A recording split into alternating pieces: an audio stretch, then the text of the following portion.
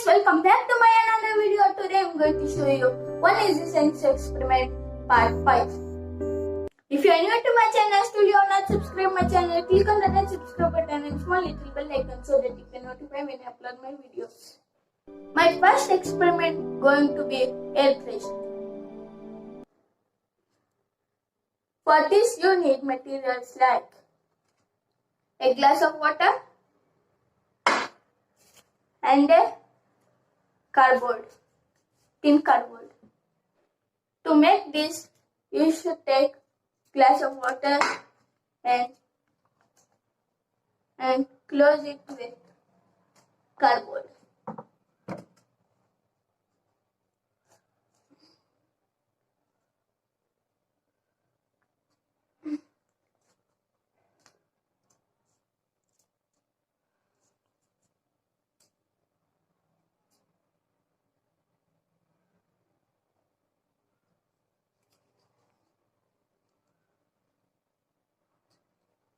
See friends, if I open this cardboard, the water will leak.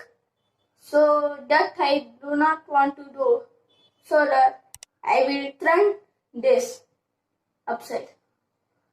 See friends, no water leak.